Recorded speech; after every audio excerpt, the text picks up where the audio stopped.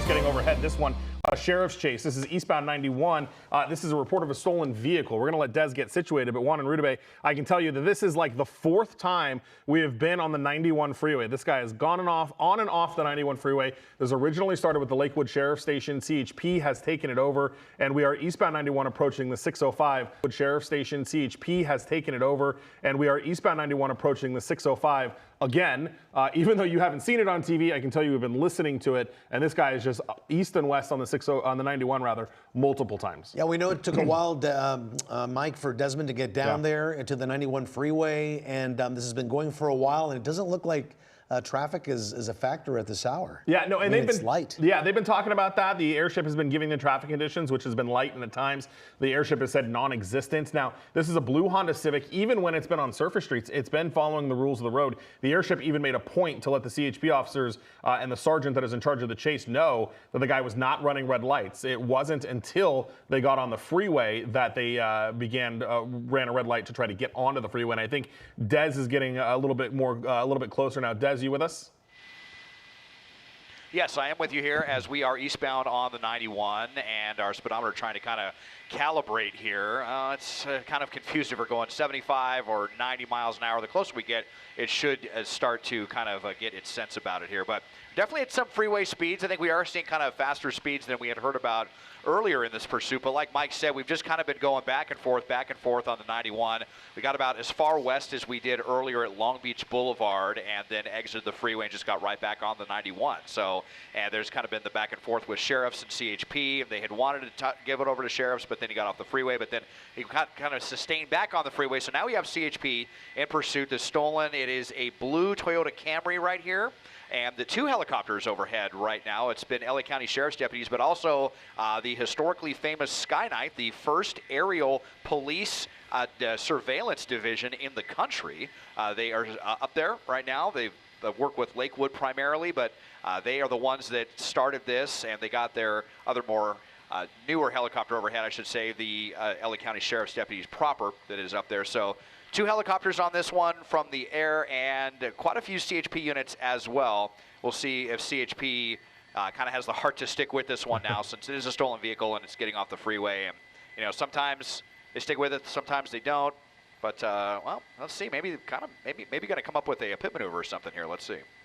And just like you were saying, Mike and Desmond, we're looking at it right here, going at freeway speeds, not going at any basic crazy speeds at all, just getting off the freeway here, which of course, we're going to see what's going to happen next.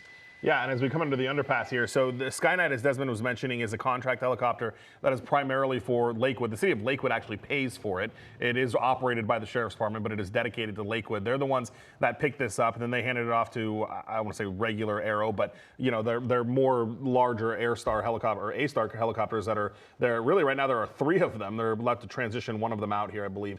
So we've got this, many eyes on this right now, including from Des, and as you see, 30, 32 miles an hour. We're really not going at anything too crazy here. And as I mentioned earlier, he's been stopping at red lights. We'll see if he does that here or what his kind of move is. But not any kind of crazy high speeds at this point. There's CHP coming up on the driver's side. Maybe an opportunity to box him in. We've seen CHP do that. Yep, here we go. Oh. Yep, they did kind of. Waited a little too long. Yeah, kind of a...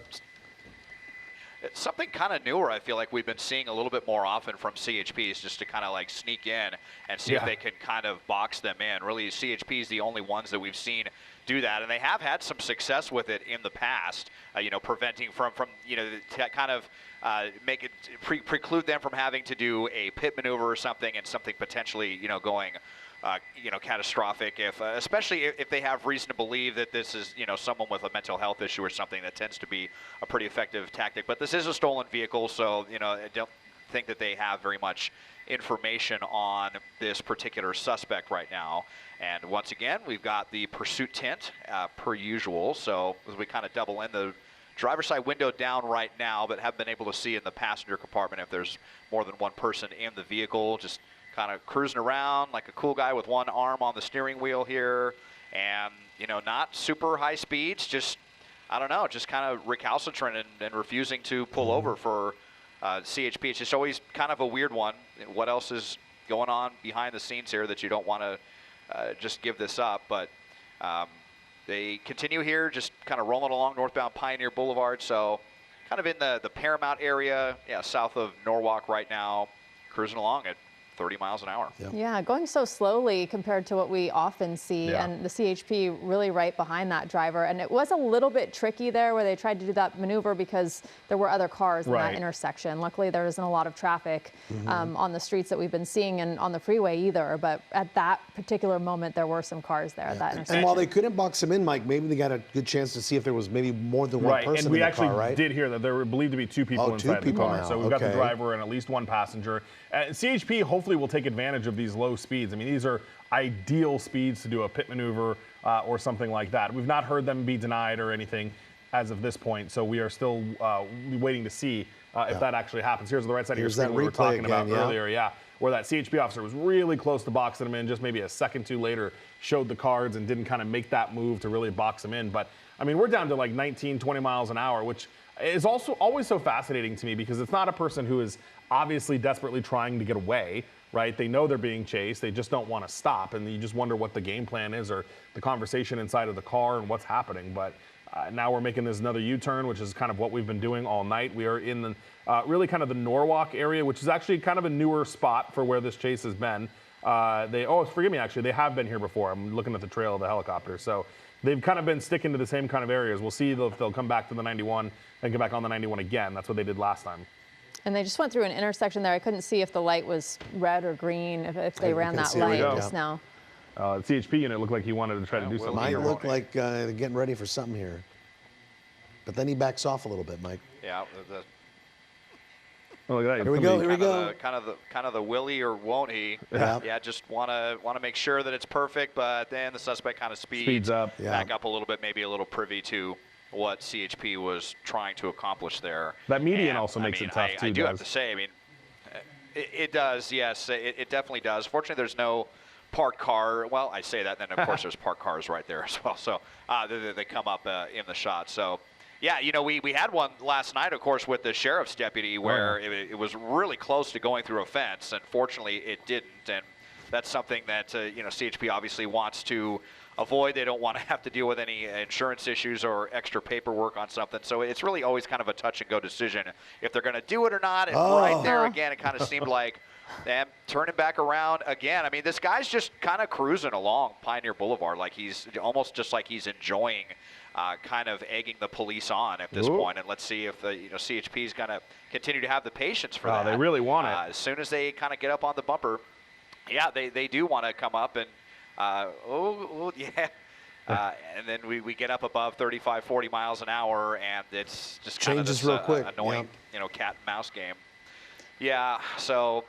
but, Pioneer Boulevard, a pretty major thoroughfare here in the Norwalk, Downey, kind of Paramount area. Going to come up on the opposite bumper right here. This looks like it. Looks like a great opportunity. Yeah. Couldn't we got a sheriff's deputy right there in the gas station. And there are people there, which makes... geez. Well, underneath the awning now. Of course. Well, we'll see if we can come around to the other side. But, yeah, messed up the bumper, and maybe just like that, they're done. Imagine gassing up at this Arco right now, and this is going on. This is wild. And you see the bumper hanging off the car there from what little we can see of it. Driver's out. We see his feet right there. The driver is out. And let's just come back, actually.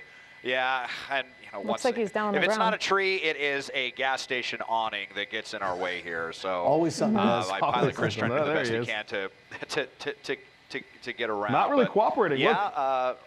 What's he up to there? Yeah, it seemed like he was getting down on the ground, and now we've got trees and an awning in the way. But it seemed like he was down on the ground, and then he kind of got back up, and you see CHP out there with less lethal as we come around. But, yeah, it didn't even take a successful pit. I mean, I guess any pit that gets a suspect to stop is successful, but it just barely kind of, moved the car around a little bit. It dislodged the bumper, and the suspect decided that they had enough. And so there we go. Hands now up. He looks like he is going to be cooperating.